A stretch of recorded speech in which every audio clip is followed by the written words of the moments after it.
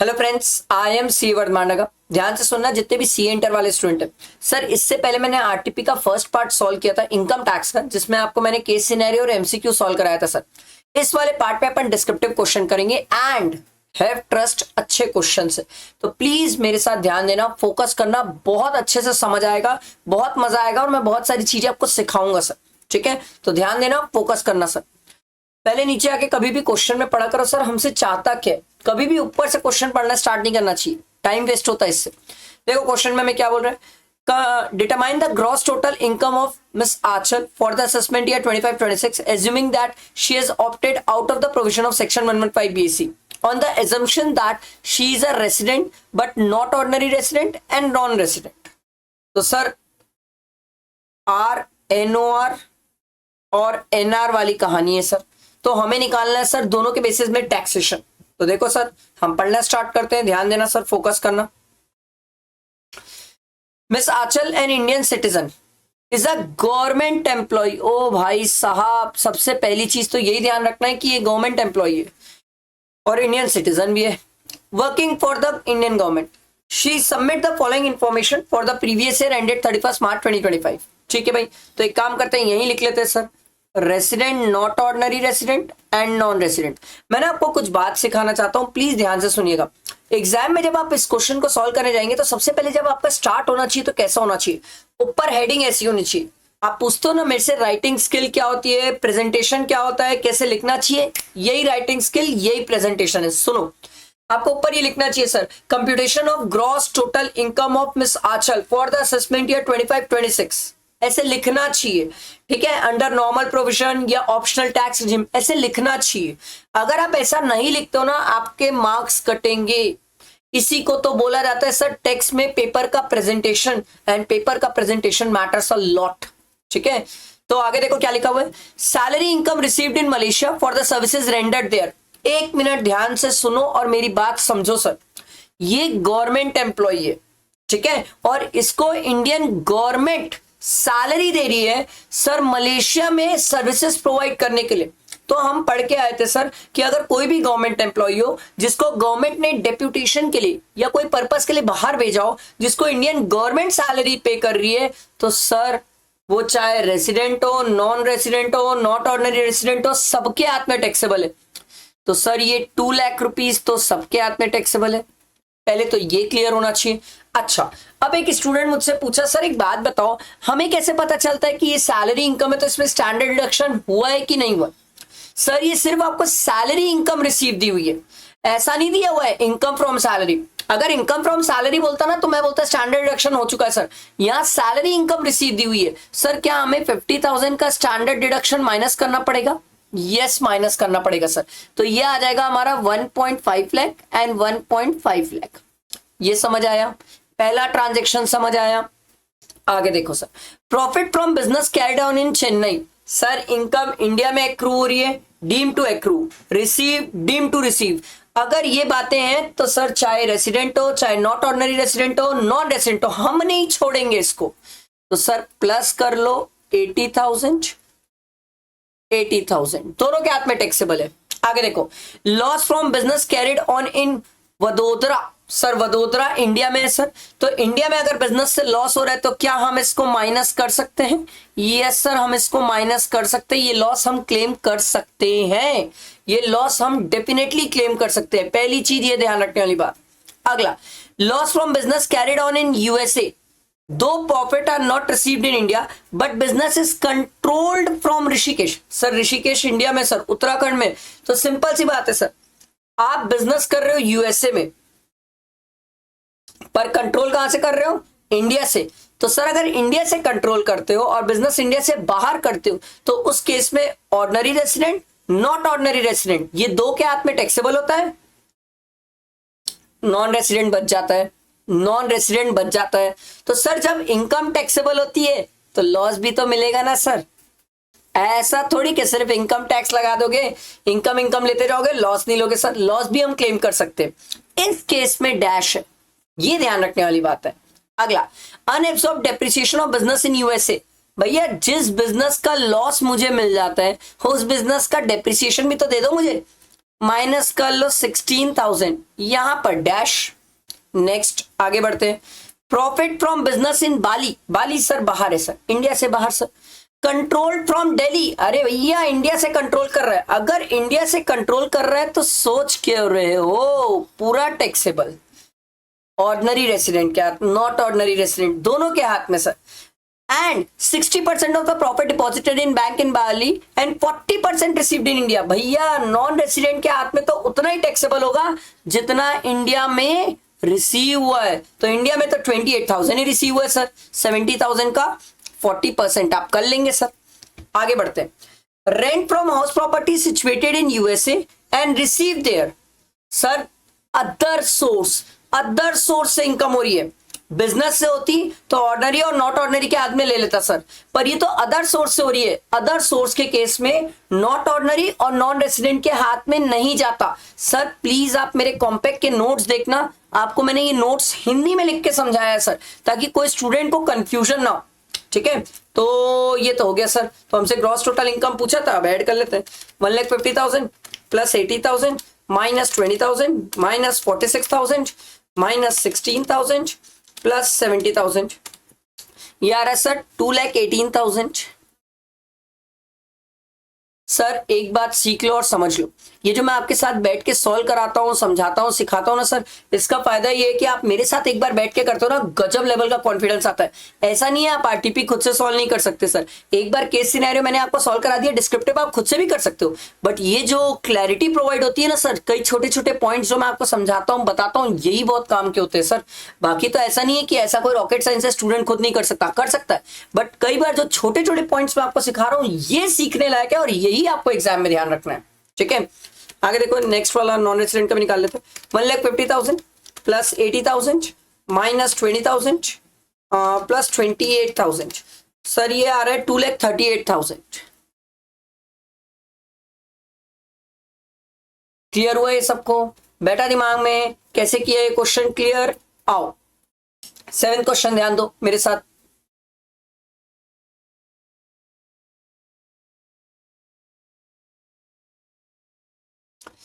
देखो 7th question क्या बोल रहा है, पहले नीचे आके पढ़ो, कभी भी पहले नीचे आके पढ़ो। अरे बाप रे, ये क्वेश्चन तो बहुत बड़ा है सर, बहुत मेहनत है सर, क्योंकि ये तो देख के समझ आ रहा है सर एरियर्स ऑफ सैलरी आने वाला है सर, और हमसे बहुत मेहनत कराएगा सर।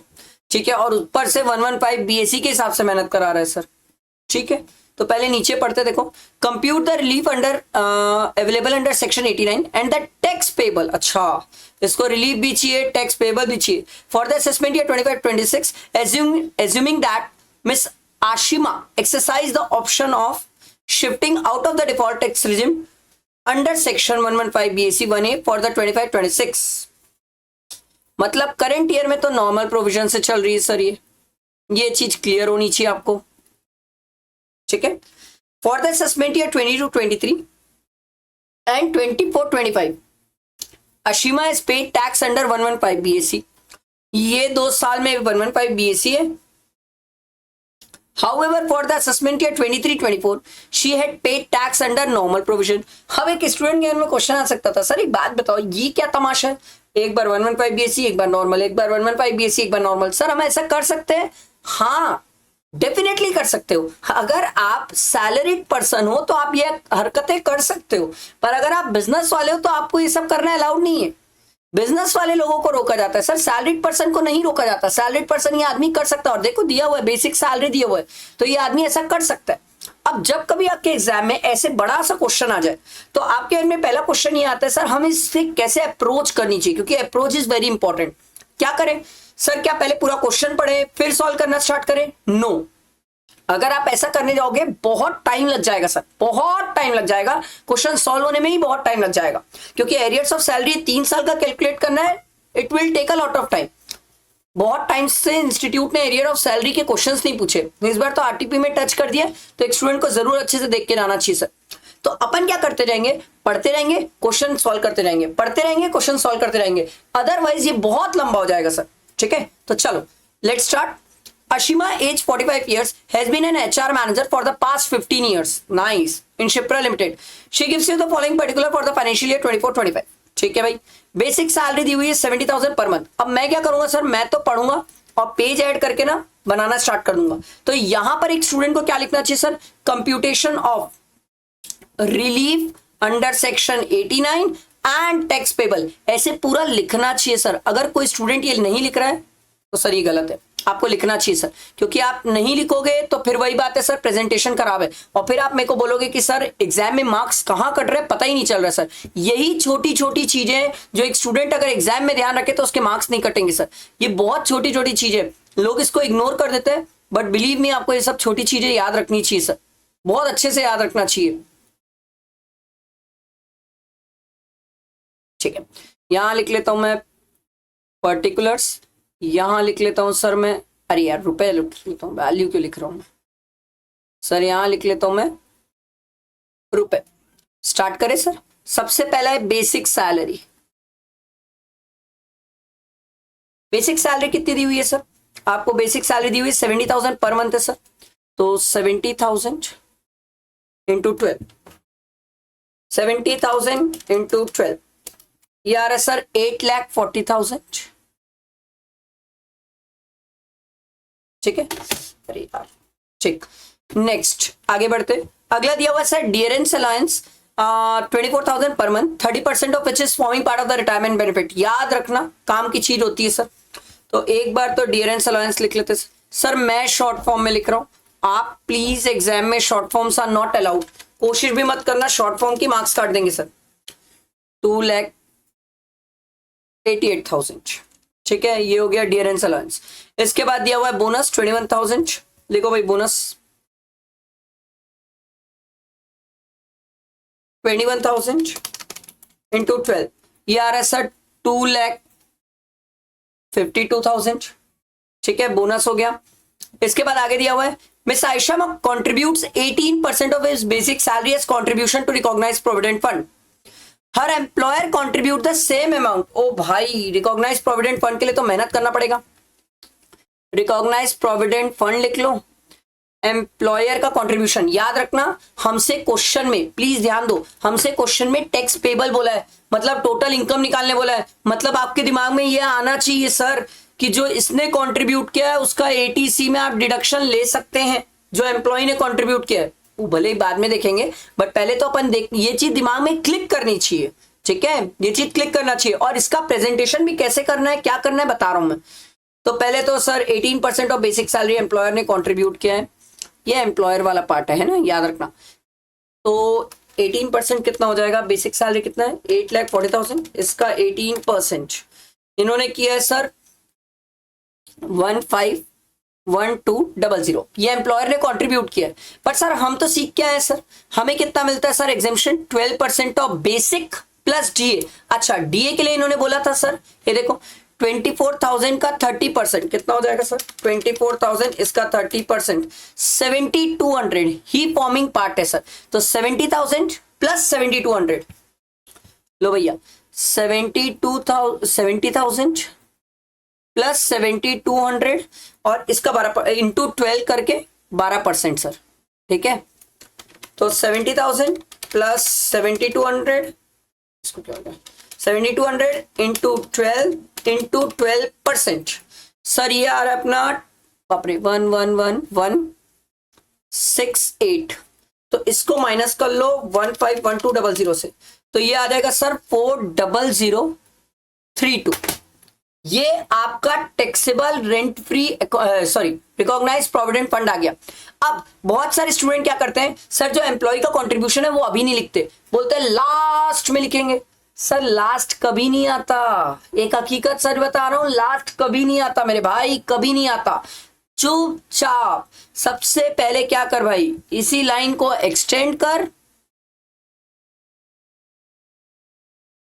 ठीक है, और यहां पर जाके लिख दे भैया एटीसी की डिडक्शन के अंदर लिया हूं मैं इसको, और जो एम्प्लॉय ने कंट्रीब्यूट किया तो इक्विवेलेंट अमाउंट कंट्रीब्यूट किए थे, कितना कंट्रीब्यूट किया भाई 15,1200। तो भैया 15,1200 इतना एम्प्लॉय के कंट्रीब्यूशन का है। पर याद रखना मैक्सिमम बाहर तो 1,50,000 ही जा सकता है, उससे ज्यादा बाहर मत ले जाना। ठीक है, तो अभी तो एक बार आप इतना लिख लो, मैं इसलिए आगे और नहीं लिखा क्योंकि और कोई डिडक्शन होगी तो पता नहीं, इसीलिए। आगे देखो, the company pays a medical premium of 20,000 to effect the insurance on the health of miss Ashima. Sir medical premium है सर, हेल्थ इंश्योरेंस प्रीमियम है सर, एम्प्लॉय के लिए है सर, क्या ये एग्जेम्प्ट होगा? यस सर, ये एग्जेम्प्ट है। अब ध्यान से सुनना, बहुत सारे स्टूडेंट गलती क्या करते, यहां पर लिखना, ऐसे एग्जाम में लिखना सर, ये देखो मेडिकल, ठीक है, मेडिकल प्रीमियम लिखना और उसके बाजू अगर आप चाहो तो एक्सप्लेन कर लो यहीं पर एग्जाम्प्ट वाला, या फिर आपकी इच्छा वर्किंग नोट नंबर 1 डालना है वहां जाके एक्सप्लेन कर लो, पर लिखना। कई स्टूडेंट तो छोड़ देते हैं और स्टूडेंट बोलते हैं इंस्टीट्यूट ढूंढेगी कि हम एग्जाम किए, जाके वर्किंग नोट पे ढूंढ ले। सर आप इंस्टीट्यूट से मेहनत नहीं करा सकते, आप उनसे मेहनत कराओगे वो आपका मार्क्स काट देंगे, आप ये नहीं करना सर, बिल्कुल नहीं करना। यही छोटी छोटी प्रेजेंटेशन है जो मैं आपको सिखा रहा हूं, ये सीखो, ये कोई नहीं बताता सर।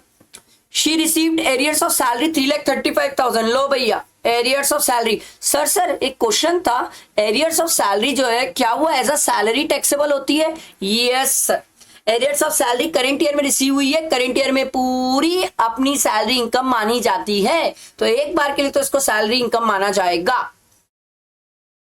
इसके बाद आपको डिटेल्स ऑफ एरियर दिया हुआ है, किस किस सालों का एरियर है, और उसके नीचे तो मेरे ख्याल से टैक्स रेट दिया हुआ है, ठीक है फाइन। तो इसके अलावा और कुछ तो आ नहीं रहा सर, तो चलो ये ऐड करते हैं, हमारा क्या आ जाएगा सर? Gross salary. सब ऐड करो अपना अपना और चेक करो सर सही आ रहा है कि नहीं। 8,40,000 प्लस 2,88,000 प्लस 2,52,000 प्लस 4,00,32 प्लस 3,35,000, ये आ रहा है सर 1,755,032। माइनस कर लो भैया स्टैंडर्ड डिडक्शन, और याद रखना यहां पर स्टैंडर्ड डिडक्शन 50,000 ही लेना सर, क्योंकि वो नॉर्मल प्रोविजन में चला है सर, तो माइनस कर लो 50,000। ये आ रहा है सर 1,705,032। प्रैक्टिकली तो ये इनकम फ्रॉम सैलरी है, अरे यार ये क्या कर दिया, प्रैक्टिकली तो ये इनकम फ्रॉम सैलरी है, बट सर सैलरी के अलावा हमारे पास कोई और इनकम भी नहीं है सर, तो सर क्या हम यही बोल सकते हैं यही हमारी ग्रॉस टोटल इनकम भी है सर? हाँ सर, यही हमारी ग्रॉस टोटल इनकम भी है। अब डिडक्शन सर, डिडक्शन मैक्सिमम कितना मिल पाएगा सर? 15,000, क्योंकि मैक्सिमम एटीसी में हम 1,50,000 क्लेम कर सकते हैं, उससे ज्यादा नहीं सर। तो ये माइनस करेंगे तो ये हमारा क्या आ जाएगा, माइनस 1,50,000, तो ये आ रहा है सर हमारी 1,55,032। ये हमारी आ गई सर टोटल इनकम, ठीक है। अब इसको राउंड ऑफ कर लो सर, ये राउंड ऑफ करोगे तो 1,55,030। ये हो गया क्लियर, ये क्रिस्टल क्लियर। अब समझो, अब लड़ाई लड़ेंगे रिलीफ वाली। चलो रिलीफ वाली लड़ाई लड़ना स्टार्ट करेंगे। मैं पेजेस ऐड करता हूं क्योंकि और पेजेस लगेंगे अब हमें, ठीक है। तो पहले तो रिलीफ हम बता देते कि हम रिलीफ अंडर 89, ये यू है ना, रिलीफ अंडर 89 कैलकुलेट कर रहे सर। अभी हम कैलकुलेट कर रहे सर 24-25 का, ठीक है। तो 24-25 में सर हमारी इनकम, इसको दो पार्ट में करते हैं, इधर 1 इधर 2। तो सर एक है हमारी, इसको लिख लेते हैं अपन टोटल इनकम। टोटल इनकम है 1,55,030। ये इंक्लूडिंग एरियर्स ऑफ सैलरी है और ये एक्सक्लूडिंग एरियर्स ऑफ सैलरी है सर, ठीक है, ये ध्यान रखना सर। तो ये 1,55,030, ठीक है। इसमें माइनस कर लो एरियर्स ऑफ सैलरी, यहां डैश क्योंकि इंक्लूडिंग है, ठीक है। और यहां पर आप माइनस कर लो 3,35,000, ठीक है। तो ये माइनस करके कितना आएगा सर? 1,55,030 माइनस 3,35,000, ये आ रहा है सर 1,22,030, ठीक है। ये हमारी टोटल इनकम हो गई। अब इसमें हम टैक्स निकालेंगे सर। सर इस पे क्यों टैक्स निकालेंगे? अरे भैया पहले करेंट ईयर वाला ही कर लो, उसके बाद पीछे साल वाला बाद में कर लेंगे सर। तो अपन को टैक्स निकालना है, तो इसमें टैक्स कैसे निकालेंगे? ये तो इस साल करेंट ईयर नॉर्मल प्रोविजन में, इसकी एज का तो कोई लोचा नहीं है, देख लो भैया एज का तो वैसे मेरे हिसाब से तो कोई लोचा नहीं था, 45 ईयर्स की एज थी, कोई दिक्कत नहीं है सर करेंट ईयर में निकालने में। चलो निकालते हैं। आई पर्सनली थिंक टैक्स निकालना तो एक स्टूडेंट को आ ही रहा होगा सर। माइनस इसमें 10 लाख कर दो, क्योंकि 10 लाख में तो फिक्स्ड है, बच्चे पे 30%, 10 लाख वाला ऐड कर लो, 112500 112500 प्लस 4% और कर लो सर। तो ये आ रहा है सर, मेरा आ रहा है यहाँ पर 290169, ठीक है। और वहां पर आएगा 1220030 माइनस, पहले 10 लाख में तो फिक्स्ड है, बैलेंस का 30% कर लो, प्लस 112500 प्लस 4%, ये आ रहा है सर 185,649, ये हमारा टैक्स आ रहा है सर। कोई भी स्टूडेंट पहले यहां पर टैक्स निकाले, ठीक है। टैक्स निकालने के बाद फिर पीछे वाले के लिए वर्क करना स्टार्ट करें। अब पीछे वाले के लिए वर्क करते हैं सर, एक एक करके करते हैं सर। अब हमें हर साल कितने साल का एरियर्स दिया हुआ है सर? देखो भाई कहानी चालू हुई थी सर 21-22 प्रीवियस ईयर, 22-23, 23-24 3 साल का है सर। तो पहले एक एक साल करके निकालते हैं, 21-22 का निकालते हैं सर। टोटल इनकम भी दिया हुआ है, एरियर्स ऑफ सैलरी भी दिया हुआ है। चलो स्टार्ट करते हैं सर, टाइम वेस्ट नहीं करते। पहले है 21-22, ठीक है 21-22। अच्छा 21-22 में एक बात लिखी हुई थी, ये किस प्रोविजन के हिसाब से चल रहा है सर? 21-22, अच्छा असेसमेंट ईयर, असेसमेंट ईयर मतलब प्रीवियस ईयर, ये हो जाएगा सर आपका 21-22, ठीक है। ये हो जाएगा सर 22-23, ठीक है। ये प्रीवियस ईयर लिख रहा हूं मैं ताकि आप कंफ्यूज ना हो, क्योंकि ऊपर असेसमेंट ईयर दिया हुआ है, ठीक है, कंफ्यूज नहीं होना। 2023-24, इसलिए मैंने ये प्रीवियस ईयर लिख दिया ताकि आपको रेट्स पता रहे सर, ठीक है। तो इसने बोला सर 22-23 ये वाला असेसमेंट ईयर, ये असेसमेंट ईयर में ये चल रहा है एज पर 115 BAC। लो भैया ये 115 BAC का स्लैब दिया हुआ है, 115 BAC का स्लैब लगाना है टैक्स निकालने के लिए सर, ठीक है। तो इसकी इनकम, इसमें भी फर्स्ट एंड सेकेंड, इसमें इंक्लूडिंग एरियर्स ऑफ सैलरी, इसमें एक्सक्लूडिंग एरियर्स ऑफ सैलरी। पहले लिखो भैया टोटल इनकम, सेम तरीका जो अपन ऊपर अप्लाई किए थे सर। कितना है टोटल इनकम भैया? 9,50,000, ठीक है भाई 9,50,000, यहां भी 9,50,000 प्लस एरियर्स ऑफ सैलरी, यहां पर 1,20,000, ठीक है, यहाँ एक्सक्लूडिंग है सर, ठीक। तो यहां पर आ जाएगा ये तो 9,50,000 ही आएगा, ठीक है। यहां पर आ जाएगा सर 10,70,000, ये हमारी टोटल इनकम हो गई सर, ठीक। अब इसमें अपन टैक्स निकालते हैं सर। तो टैक्स निकालना है, बट टैक्स नीचे वाले स्लैब के बेसिस में निकालना है, ये ध्यान रखना सर, ठीक है। टैक्स हमें नीचे वाले स्लैब के बेसिस में निकालना है। तो 10 लाख तक तो 15% है, और उसके ऊपर 70,000 में, अबे 70,000 में ये क्या हो गया, 70,000 में 20% मेमोरी प्लस, ठीक है। 2,50,000 पे 15% मेमोरी प्लस, 2,50,000 पे 10% मेमोरी प्लस, 2,50,000 पे 5% मेमोरी प्लस, मेमोरी रिकॉल।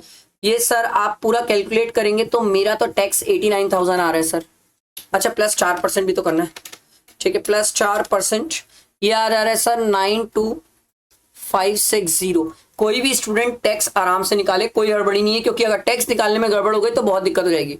अगली इनकम है 9,50,000, वो भी इसी ब्रैकेट में फॉल करेगी। 7,50,000 तक तो ठीक है, 9,50,000 ना, तो 9,50,000 माइनस 7,50,000, बच्चे पे आ जाएगा सर 15% मेमोरी प्लस, 2,50,000 का 10% मेमोरी प्लस, और 2,50,000 का 5% मेमोरी प्लस। ये आ रहा है सर 67,500 प्लस 4% भी कर लो भैया, तो ये आ जाएगा सर 70200।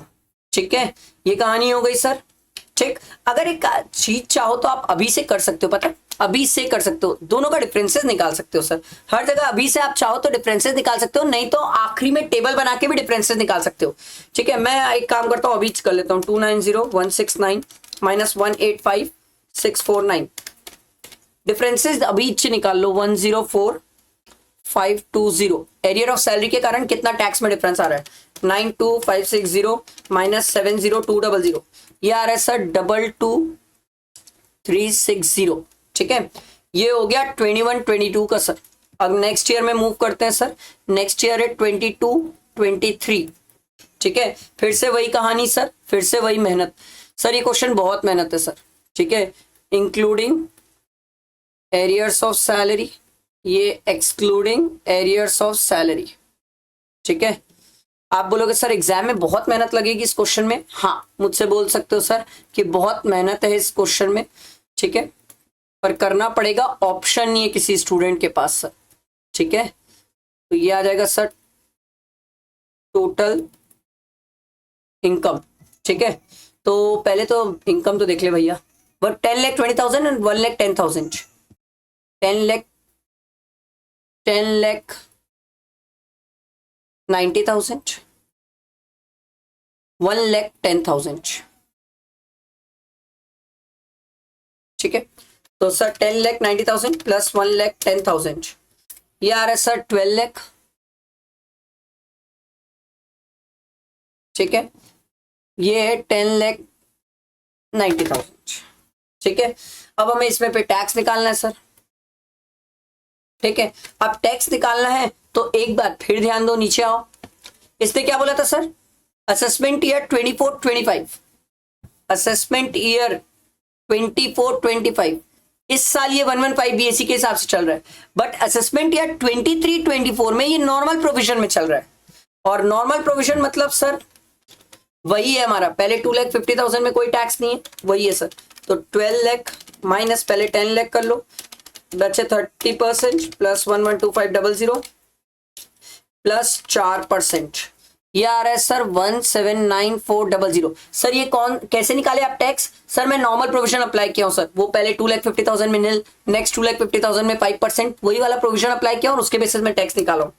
10,90,000 माइनस 10 लाख, उसमें फिक्स्ड है, बचे में 30% प्लस 112500 प्लस 4%, ये आ रहा है सर मेरा आ रहा है 145,080। दोनों का डिफरेंस यही निकाल लो सर। दोनों का डिफरेंस कितना आएगा? 179,400, ये आ रहा है सर 34,320। ठीक है, डिफरेंस। नेक्स्ट सर ये अपना हो गया 22-23, अगला जाएगा सर 23-24। फिर कहानी वही है सर, पहला दूसरा, पहले में इंक्लूडिंग एरियर्स ऑफ सैलरी, अगला है एक्सक्लूडिंग एरियर्स ऑफ सैलरी। ठीक है, इसमें सबसे पहले टोटल इनकम। ठीक है, टोटल इनकम अब देखना पड़ेगा ऊपर, 12,10,000 and 1,05,000। Sir 12,10,000 and sir arrears of salary है 1,05,000। दोनों जगह क्यों लिख दिया? वहां नहीं आएगा क्योंकि वो एक्सक्लूडिंग है। तो सर 12,10,000 प्लस 1,05,000, ये आ रहा है सर 13,15,000। यहां तो सर 12,10,000।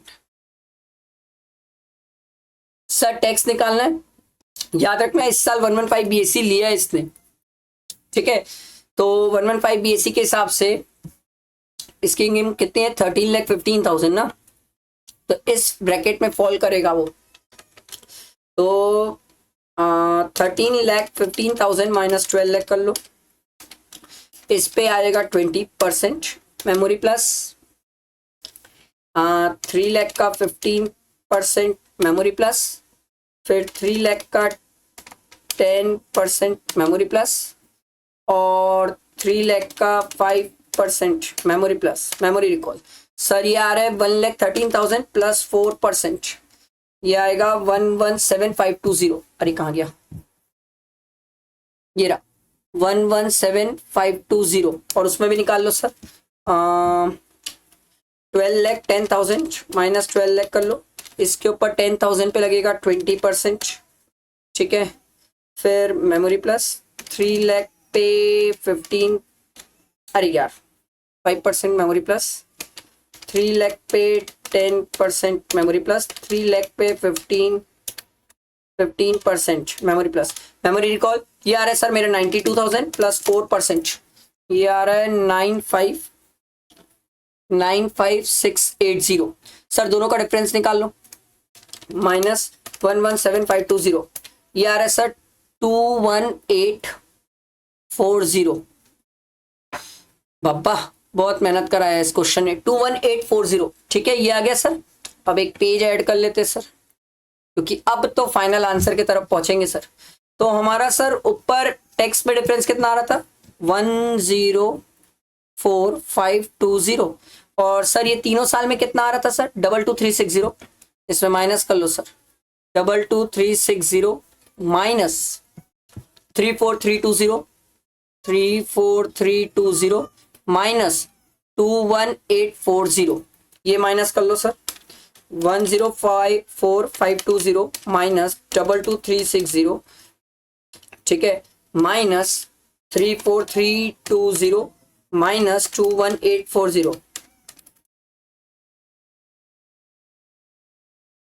तो ये आ रहा है सर 26,000, जो फाइनली हमारी रिलीफ है सर अंडर सेक्शन 89। इसी के लिए हमने इतनी मेहनत की सर, पूरी मेहनत हमने इसके लिए की। अभी जो रिलीफ है 26,000 फाइनली सर, जब इतना निकाल ही लिए तो लास्ट वाला पार्ट भी कर लेते हैं। ये जो हमारा टैक्स आया था इंक्लूडिंग एरियर, इसी में से तो माइनस करोगे ना सर, तो टैक्स कितना था 290,169 ना, तो 290,169 माइनस 26,000 सर, माइनस 290,169, तो ये आ रहा है सर 264,169। ये हमारी फाइनल टैक्स पेबल। अब आप इसको राउंड फिगर कर लेना, 170 कर लेना सर टैक्स पेबल। इसी के लिए हमने इतनी पूरी मेहनत करी इस सैलरी वाले क्वेश्चन में। बहुत प्यारा क्वेश्चन, अच्छी प्रैक्टिस, एरियर्स ऑफ सैलरी की प्रैक्टिस, रिकॉग्नाइज प्रोविडेंट फंड की प्रैक्टिस, सब प्रैक्टिस आपको ये क्वेश्चन कराया सर। आई होप आपको क्लियर हुआ होगा। मैंने भी इस क्वेश्चन में आपके लिए बहुत मेहनत की है सर, बहुत ज्यादा ही मेहनत करी है इस क्वेश्चन में। और ध्यान दो, नेक्स्ट क्वेश्चन देखते हैं, 8th क्वेश्चन देखते हैं sir.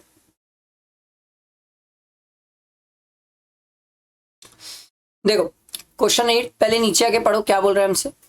Compute the total income of Mister K assuming that he has exercised the option of shifting out of the default tax regime, मतलब normal provision. Assuming Mister K total income excluding the minor income is higher than that of his wife, मतलब minor की income है ऊपर और ऊपर clubbing वाली बातें हैं। तो चलो क्वेश्चन पढ़ते हैं। मिस्टर के is an 48-year-old resident individual. The detail of income earned for the previous year 24-25 from the diversified business and investment portfolio are as under. He runs two business: manufacturing business with a profit of 10 lakh, speculative business with a loss. ओ भाई साहब, speculative business का loss है sir. Speculative business का loss सिर्फ speculative business के income से adjust होता है और किसी इनकम से एडजस्ट नहीं होता। तो अगर मुझे नीचे स्पेक्युलेटिव बिजनेस की इनकम दिखी तो ठीक, नहीं तो भैया ये तो कैरी फॉरवर्ड हो रहा है, ये क्लियर है सर। आगे बढ़ते हैं sir. He incurred a loss of 2,15,000 from a let out property, ठीक है, and also earn an income of 50,000 from the income from owning and maintaining racehorse. एक काम करते हैं, ये क्वेश्चन बनाना स्टार्ट कर लेते हैं सर, लिख के बनाते हैं सर, क्योंकि ऐसे सोचते रहेंगे तो टाइम पास हो जाएगा। मेरे हिसाब से कोई भी स्टूडेंट ऐसे एग्जाम में लिख के आना sir, computation of total income of Mister के। मैंने आपको स्टार्ट सिखा रहा हूं भाई, स्टार्ट, इसी को बोलते हैं प्रेजेंटेशन। तो ये सब लिख के आना, ये नहीं लिखोगे तो मार्क्स कटेंगे एग्जाम में, ठीक है। ये सब चीजें का ध्यान रखना, यही छोटी छोटी चीजें जो आपको टैक्स के पेपर में ध्यान रखनी चाहिए, नहीं तो फिर मार्क्स बहुत कटते हैं सर, बहुत मार्क्स कटते हैं लोगों के टैक्स के पेपर में। प्रेजेंटेशन, राइटिंग स्किल्स, और कई सारे स्टूडेंट मेरे को बोलते हैं ना सर कि प्रेजेंटेशन और राइटिंग स्किल सिखाओ, यही तो प्रेजेंटेशन और राइटिंग स्किल है जो मैं आपको बता रहा हूँ और सिखा रहा हूँ। तो सुनो और सीखो ना। देखो सर, पर्टिकुलर्स, रुपए रुपए। एक काम पढ़ते रहते और ट्रीटमेंट लिखते जाते हैं सर। सबसे पहला बिजनेस की इनकम दिख गई भाई, तो यहां पर लिख लेता हूं सर PGBP। सर हम भी एग्जाम में शॉर्ट फॉर्म लिखेंगे? नहीं सर, बिल्कुल भी नहीं, आप शॉर्ट फॉर्म नहीं लिखेंगे सर। मैन्युफैक्चरिंग बिजनेस से 10 लाख रुपए आया है सर। मैन्युफैक्चरिंग बिजनेस, ये तो प्रॉफिट है सर, 10 लाख का प्रॉफिट है सर। और स्पेकुलेशन बिजनेस, सर क्या हम ऐसे शॉर्ट में लिख सकते हैं? नहीं सर, स्पेकुलेशन बिजनेस से लॉस है हमारा, तो कितने का लॉस है सर? 7 लाख का लॉस है सर। ठीक है, अभी इसको यहीं लिखता हूं, क्योंकि अगर स्पेकुलेशन बिजनेस की इनकम दिखी तो एडजस्ट करूंगा, अदरवाइज तो ये लॉस कैरी फॉरवर्ड हो जाएगा सर। ठीक है, आगे हमने बढ़ा था सर IHP में लॉस दिख रहा है सर। लो भाई IHP लिख लेते हैं। एक स्टूडेंट ने मुझसे बहुत अच्छा क्वेश्चन पूछा था, सर एक बात आपसे पूछनी थी sir, set on set of के क्वेश्चन में ना ट्रांजैक्शन ऊपर नीचे देता है सर, सीक्वेंस पे हेड होना जरूरी है? नो सर, सीक्वेंस पे होना अगर रख सको तो अच्छी बात, ना भी रखो तो कोई दिक्कत नहीं है सर। ठीक है, तो IHP में अपन के पास लॉस है सर। ठीक है, और लॉस कितना है? 2,10,000 का सर। पर सर हम एक बात सीख के आए सर, मैक्सिमम 2,10,000 ही है ना, 15 है सॉरी, 2,15,000 का लॉस है सर। पर हम एक बात सीख के आए सर, मैक्सिमम हमें लॉस कितना मिल सकता है सर? 2 लाख का ही लॉस मिल सकता है सर मैक्सिमम। बाकी 15,000 का जो लॉस है ये हम कैरी फॉरवर्ड कर देंगे सर। ठीक है, आगे देखते हैं। इसी में दिया हुआ था sir, earn an income of 50,000 from owning and maintaining of race horse, और उसका एक्सपेंस भी लगा है सर 5,000 का। तो सर ये हो गई IOS की बात सर,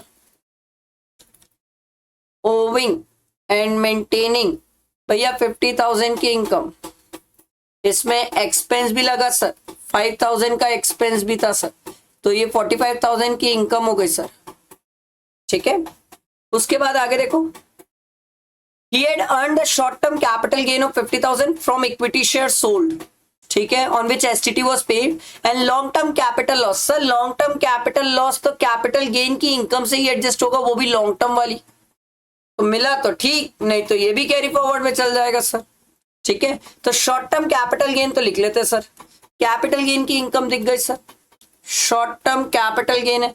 प्लीज स्टूडेंट से रिक्वेस्ट, कोई भी स्टूडेंट एग्जाम में शॉर्टकट अप्लाई नहीं करेगा सर। ठीक है, आगे देखो, Mr Kate took a divorce from his wife on April 2024, divorce ले लिया, and custody of his minor son is given to Mrs K. Following the divorce, मतलब डिवोर्स के बाद ही transferred ownership of the house property. भैया आप ध्यान देना, हम पढ़ के आए हैं सर डीम्ड ओनर या क्लबिंग की बात तब आती है जब रिलेशन एग्जिस्ट करता है सर, यहाँ तो रिलेशन ही खत्म हो गया है सर, डिवोर्स दे चुका है और बाद में प्रॉपर्टी ट्रांसफर कर रहा है।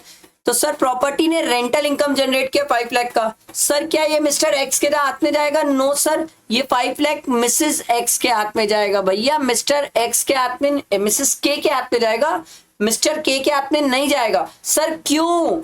अरे भैया डिवोर्स के बाद की कहानी है, रिलेशनशिप एग्जिस्ट ही नहीं किया, रिलेशनशिप ही नहीं है, तो ये इनकम कैसे हस्बैंड की होगी? होगी नहीं। सारी बात समझ। और अगर आपको याद हो section 27 deemed ownership, agreement to leave apart, उस केस में ट्रांसफर ही ओनर माना जाता है सर, ये भी आपको ध्यान आना चाहिए। ठीक, तो प्रैक्टिकली ये पॉइंट वर्किंग नोट में लिख सकते हो आप। Next, Mr. K deposits 50,000 every month in the bank account of his minor son. During the financial year 24-25, interest income of 25,000 is generated in his son's bank account. अरे बच्चा भी तो माँ के साथ चले गया है, तो ये इनकम भी तो मिसेस के की है ना, मिस्टर के हाथ में कुछ नहीं है। He has also contributed a sum of 2 lakh to the electoral trust and incurred an expenditure of 30,000 on advertisement in a brochure of a political party. देखो भाई ये जो 2 लाख रुपीस कॉन्ट्रीब्यूट किया है, इसकी तो आप डिडक्शन ले लो सर। तो अपन एक काम करते हैं, इसी को आगे बढ़ाते हैं।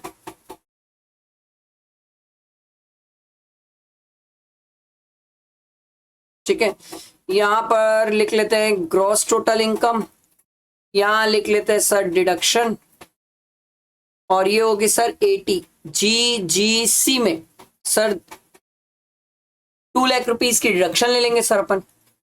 ठीक है, 30,000 की नहीं मिलेगी sir, advertisement in brochure of a political party इसकी नहीं मिलती है सर। ठीक है, he authorise an investment portfolio book and received a royalty of 4,10,000।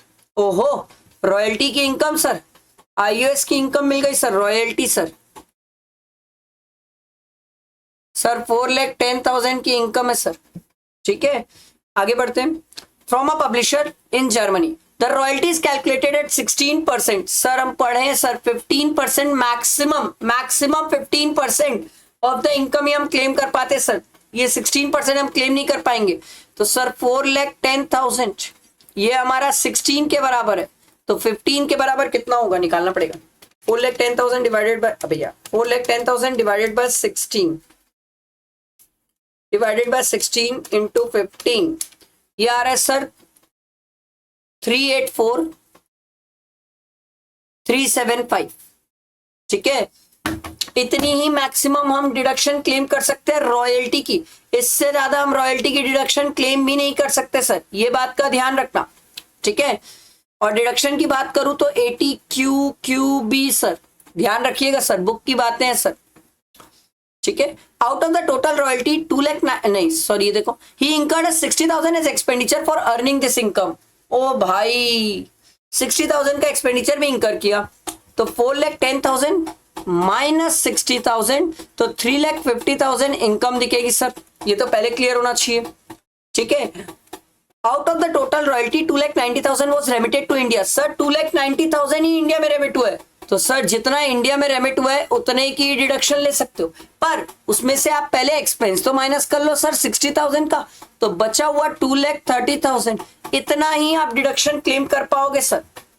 तो 80 QQB सर 2,30,000, इतना ही क्लेम कर सकते हैं सर, और कुछ नहीं, बस इतना ही तो है टोटल इनकम में। तो सर IHP का लॉस हम 2 लाख रुपीज है। ठीक है, ये 2 लाख रुपए का लॉस हम क्या बिजनेस की इनकम से क्लेम कर सकते हैं? यस सर, ये तो कैरी फॉरवर्ड हो जाएगा, स्पेकुलेटिव बिजनेस का लॉस कैरी फॉरवर्ड हो जाएगा। ये 2 लाख का लॉस IHP वाला है जो अपन एडजस्ट कर सकते हैं सर। तो सर बिजनेस इनकम आ जाएगी आपकी 8 लाख।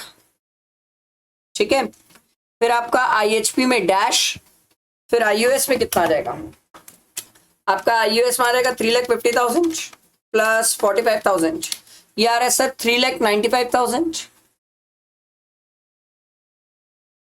ठीक है, और कैपिटल गेन में आ जाएगा आपका 50,000, तो ये अपन ऐड कर लेते हैं, कितना आ रहा है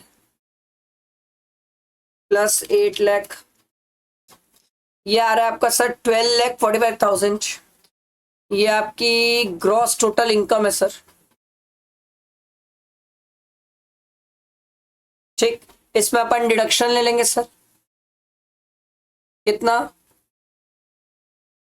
4,30,000 का, तो ये आ जाएगा सर 8,15,000। ये आपसे टोटल इनकम पूछा था, आ गया टोटल इनकम। अच्छा एक मस्त वाली बात बताओ, क्वेश्चन तो हम सॉल्व कर लेते हैं, एक बात का ध्यान रखना, चलो यहाँ तो ऐसा ये वाला पॉइंट अराइज ही नहीं होता इस क्वेश्चन में, बट ये बात का ध्यान रखना कि कैपिटल गेन की इनकम से डिडक्शन मत दे देना। ठीक है, ये कैपिटल गेन 111A वाला है सर, इससे डिडक्शन मत दे देना।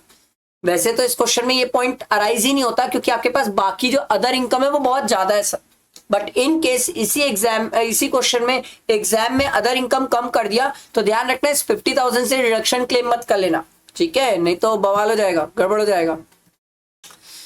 और 9th क्वेश्चन देखते हैं, examine the applicability and determine the amount of TDS। भाई TDS वाली बात कर रहे हैं sir. In the following situation, देखो sir, ABC Limited having its registered office in Noida organized its annual company function at its Gurgaon office. For this purpose, the company engaged Beta Private Limited to arrange road transport for its employee from Noida to Gurgaon and back, for which a payment of 25,000 has to be made. Sir ये तो 194C वाली बात है sir, contract वाली बात है sir. Further, ABC Limited also entered into a separate contract with Beta Private Limited for providing catering services. Sir ये transportation sir चाहे कैटरिंग दोनों ही 194C में, और हम पढ़ के आए थे 194C में कि अगर इंडिविजुअल कॉन्ट्रैक्ट तो 30,000, मल्टीपल कॉन्ट्रैक्ट हुआ तो सर 1 लाख की लिमिट है। तो सर ये 90 प्लस 25 ये आ जाएगा 1,15,000, 1 लाख से ऊपर चले गया। अब हम जिसको पेमेंट कर रहे हैं वो किसको कर रहे हैं सर? बीटा प्राइवेट लिमिटेड को कर रहे हैं, सामने कंपनी है सर, तो TDS कितना होगा सर? 2%, तो 1,15,000 उसका 2% कर लो भाई, ये 2300 का टीडीएस आ गया सर। क्लियर सबको? आया समझ? आगे देखो next, Vijay health solution limited, a third party distributor TPA makes a payment to various hospitals across India towards settling cashless medical. Sir TPA की सर्विस सर 194J वाली बातें हो गई है सर। तो सर टोटल पेमेंट कितना कर रहा है सर? अरे बाप रे 12 लाख का पेमेंट है सर। बाप रे 12 लाख इंटू 10% कर लो सर, ये तो बहुत सिंपल है सर। 1,20,000 सर। आया समझ? टीडीएस का तो इजी क्वेश्चन था, ऐसा सच कुछ नहीं था। और सर लास्ट क्वेश्चन है हमारा, इसके बाद हमारा आरटीपी इनकम टैक्स पार्ट वाला खत्म हो जाएगा सर। तो ध्यान देना, फोकस करना, लास्ट क्वेश्चन है, अच्छा क्वेश्चन है सर।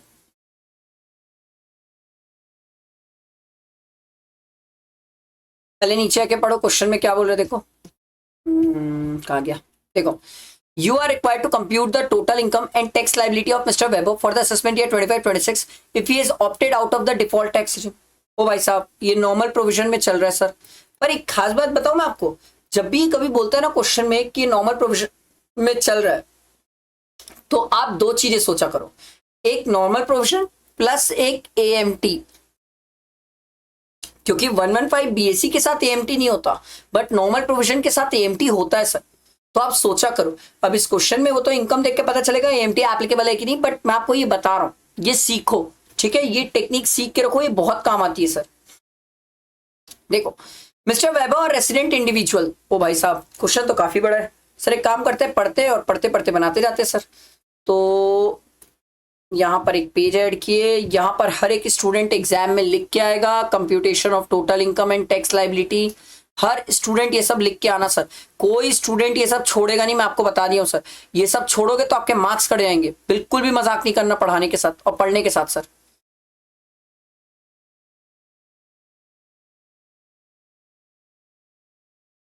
अरे यार ये क्या हो रहा है?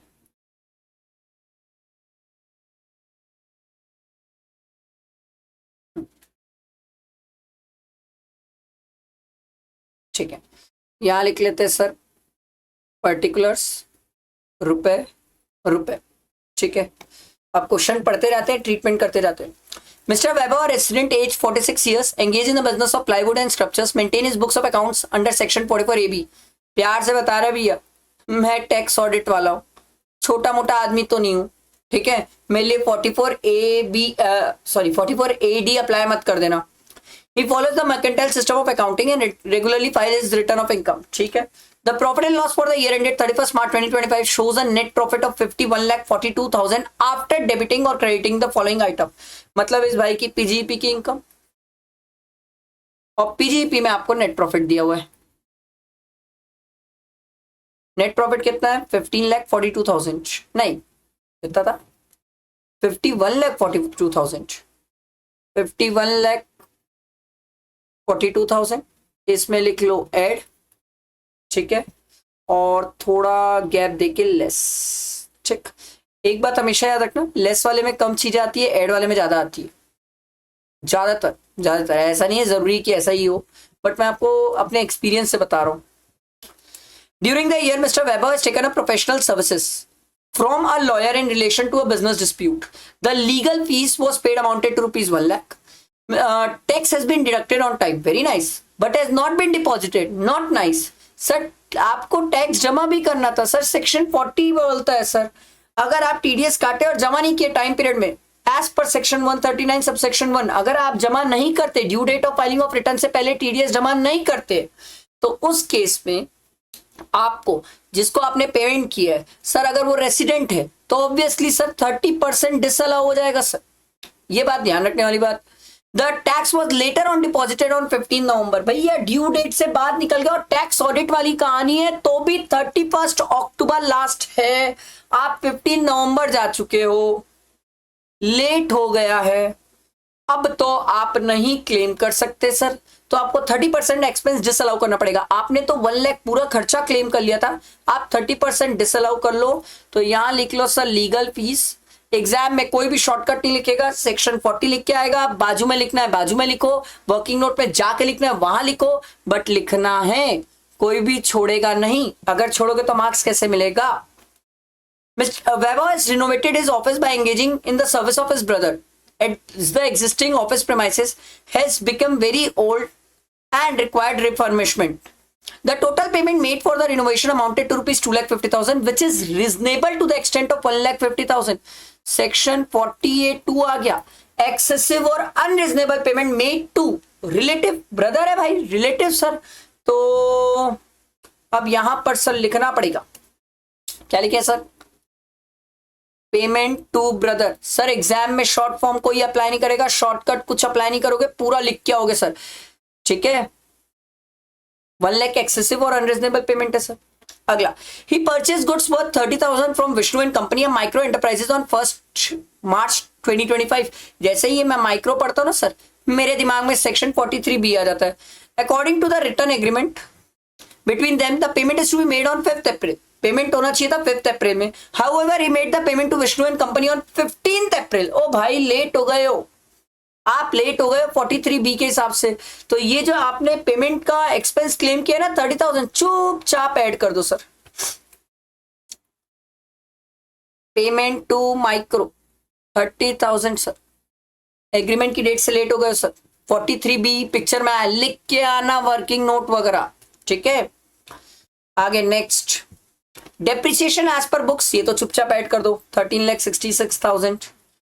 डेप्रिसिएशन एज पर बुक्स 13,66,000, ठीक है। उसके बाद है sir as per restructuring agreement, additional information है, ध्यान देना। As per restructuring agreement with the banks, the bank has converted the unpaid interest of 6 lakh into a new loan account repayable in 20 equal installment. The first installment was to be paid in March 2025. Sir हम तो books 24-25 की बात कर रहे हैं, तो 25 को sir first instalment पे होगी सर, और 20 इक्वल एनुअल इंस्टॉलमेंट है, तो 6 लाख का 20 हो जाएगा, मेरे ख्याल से 30,000 होगा डिवाइडेड बाय 20। तो इस साल तो मैं 30,000 ही पे करने वाला हूं सर, ये क्लियर है। Vaibhav claim the entire interest amount of 6 lakh as an expense. भाई साहब पूरा एक्सपेंस क्लेम कर लिए, तो 6 लाख में से 30 तो अलाउ हो जाता है, 5,70,000 डिस अलाउ हो जाएगा सर, फिर वही सेक्शन 43B आ जाता है sir. Payment to bank sir कितना, 5,70,000 आप ऐड कर लो सर।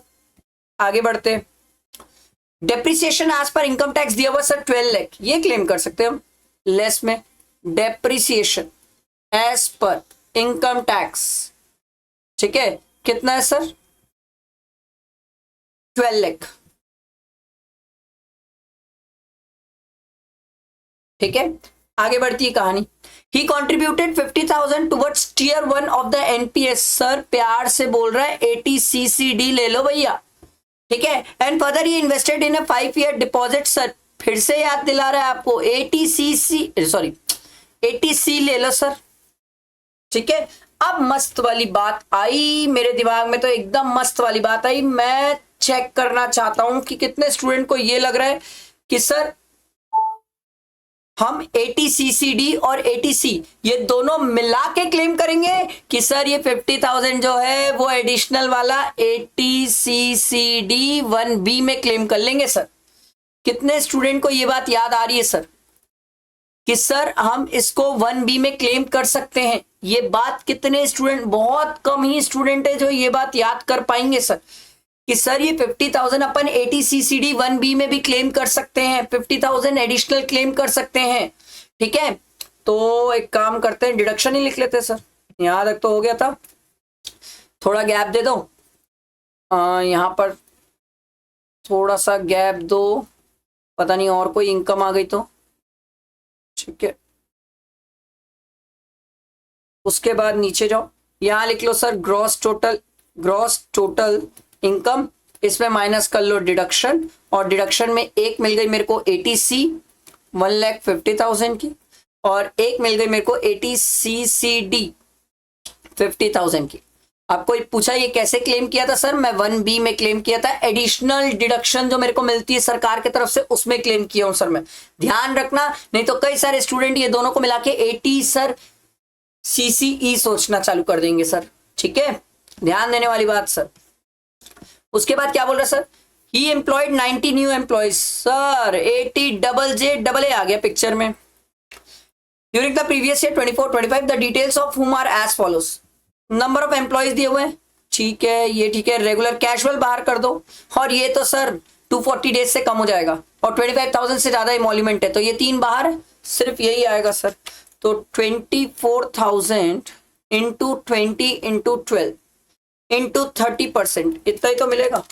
24,000 into 20 into 12 into 30%, 17,28,000।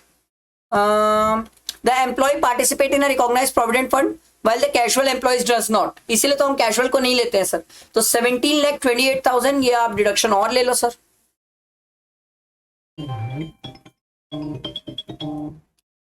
ये आ जाएगा सर 17,28,000 सर, ठीक है। इसके बाद कहानी और आगे बढ़ती है। Mister Vaibhav has structures in the form of capital asset acquired in January 2015 for 1,80,000. Later on financial year 23-24, he started a structure business and converted this capital asset into stock in trade for his business. Fair market value at the time of conversion was 3,50,000. ठीक है। Subsequently, he sold the stock in trade on 10 June. ये तो जून में ही बेच दिया sir. तो आप ये नहीं समझना चाह रहे सर कि ये 23 जुलाई के पहले की कहानी हो गई है सर। तो यहाँ पर क्या हम इंडेक्सेशन कर सकते हैं? हाँ सर, 3,50,000 सेल कंसिडरेशन। अच्छा, ये आप लोग एग्जाम में वर्किंग नोट में करके आओगे सर। 1,80,000 इंटू 363 डिवाइडेड बाय 2015 का देखना पड़ेगा भाई। 2015 का दिया हुआ है सर 240। अच्छा एक मिनट, ये 23-24 में कन्वर्ट किया ना स्टॉक एंड ट्रेड में, तो 363 क्यों आएगा सर? ये आपका आ जाएगा सर 348, ठीक है, और डिवाइडेड बाय ये आ जाएगा सर आपका 240। सर 1,80,000 इंटू 348 डिवाइडेड बाय 240, तो ये आ रहा है सर 2,61,000 माइनस 3,50,000, ये 89,000 आ रहा है सर। 89,000 का आपका कैपिटल गेन है। एग्जाम में आप लोग इसका कंप्यूटेशन पूरा शो करके आओगे। अभी तो मैं एक बार यहां पर डायरेक्टली लिख रहा हूं सर, मैं यहां पर डायरेक्टली लिख रहा हूं, आप लोग एग्जाम में पूरा कंप्यूटेशन शो करके आओगे sir. Long term capital gain 89,000 आप दिखा के आओगे सर, ठीक है। और बिजनेस इनकम भी है इसकी, इसमें ऐड कर लो सर। स्टॉक इन ट्रेड को बेचा है, स्टॉक इन ट्रेड, ठीक है, स्टॉक इन ट्रेड बेचा है, कितने में बेचा है सर? ये 3,50,000 फेयर मार्केट वैल्यू थी, बेचा कितने में सर? 5 लाख में। तो ये आ जाएगा सर 1,50,000 स्टॉक इन ट्रेड की इनकम है सर।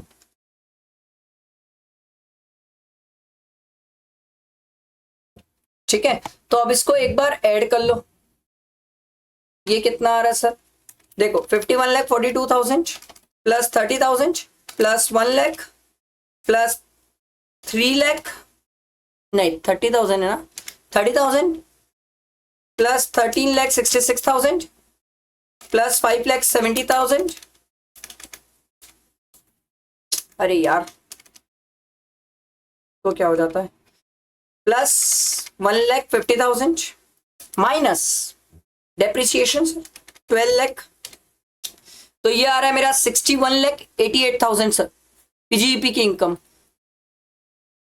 ठीक है, कैपिटल गेन में तो 89,000 सर हमने नीचे कंप्यूट किया। प्लीज एग्जाम में वर्किंग नोट नहीं तो यहीं पर कंप्यूट करके आना, ठीक है, छोड़ना मत सर।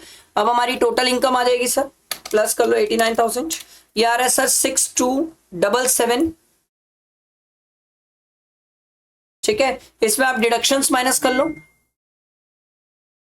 डिडक्शन से एक मिनट माइनस कर लो 1,50,000 डिडक्शन माइनस किए, माइनस 50,000 डिडक्शन माइनस किए, माइनस 17,28,000 माइनस किए, तो ये आ जाएगा माइनस करने के बाद 43,49,000।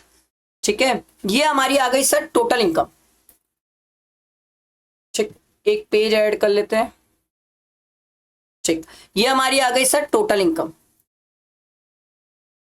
समझ आ रहा है? अब इसमें हमें टैक्स लायबिलिटी निकालना है सर। तो टैक्स लायबिलिटी एकदम सिंपल है सर, एकदम सिंपल। पहले तो सर 89,000 इंटू 20% कर लो, क्योंकि ये 23 जुलाई के पहले था सर। तो 89,000 इंटू 20%, ये आ रहा है सर 17800 और 43,49,000 माइनस कर लो 89,000। बैलेंस पे टैक्स लगाएंगे सर, बैलेंस कितना है सर 42,60,000। इस पे स्लैब लगाएंगे सर, स्लैब कैसे लगाएंगे वही कहानी सर 42,60,000 माइनस पहले 10 लाख को अलग कर दो, बचे पे 30% प्लस 10 लाख वाला 112500, तो ये आ रहा है सर आपका 1090500, ठीक है, प्लस 17800, तो भाई यार क्या हो जाता है इसको, तो ये आ रहा है सर 1108,300 प्लस 4% भी एजुकेशन सेस कर लो तो प्लस 4%, ये आ रहा है सर 1152632 और आप इसको राउंड फिगर कर सकते हैं सर, ठीक है, इसको आप राउंड फिगर कर सकते हैं तो ये 30 हो जाएगा, ये as per normal provision.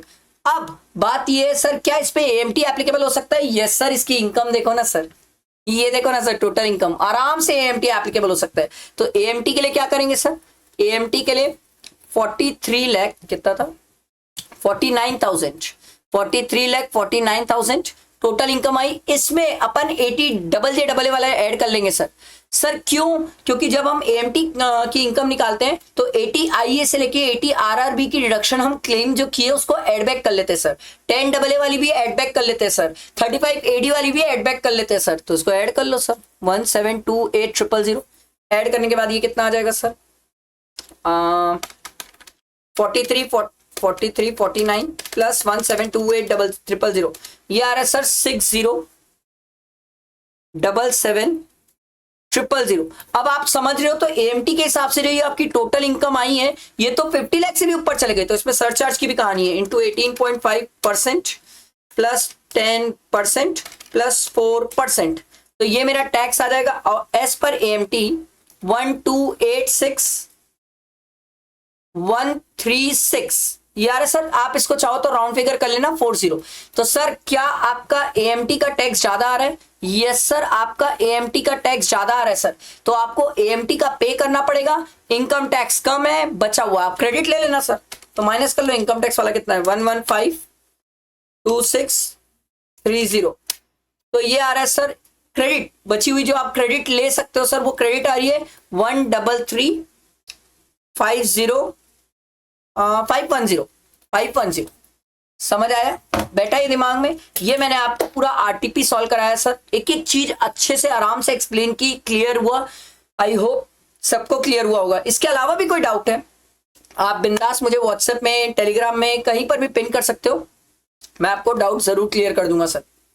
Friends को शेयर करो, बहुत सारे लोगों के लिए आरटीपीज एमटीपीज बहुत जरूरी होती है, और इन केस अगर किसी के पास मेरा नंबर नहीं है तो मेरा नंबर यही है सर, आप मुझे व्हाट्सएप में डेफिनेटली पिन कर सकते हैं और अपने फ्रेंड्स को भी शेयर कर सकते हैं सर, ठीक है। चलो स्टे ट्यून्ड, स्टे कनेक्टेड, क्योंकि अभी जीएसटी का भी आरटीपी आने वाला है सर, ठीक है। चलो थैंक यू।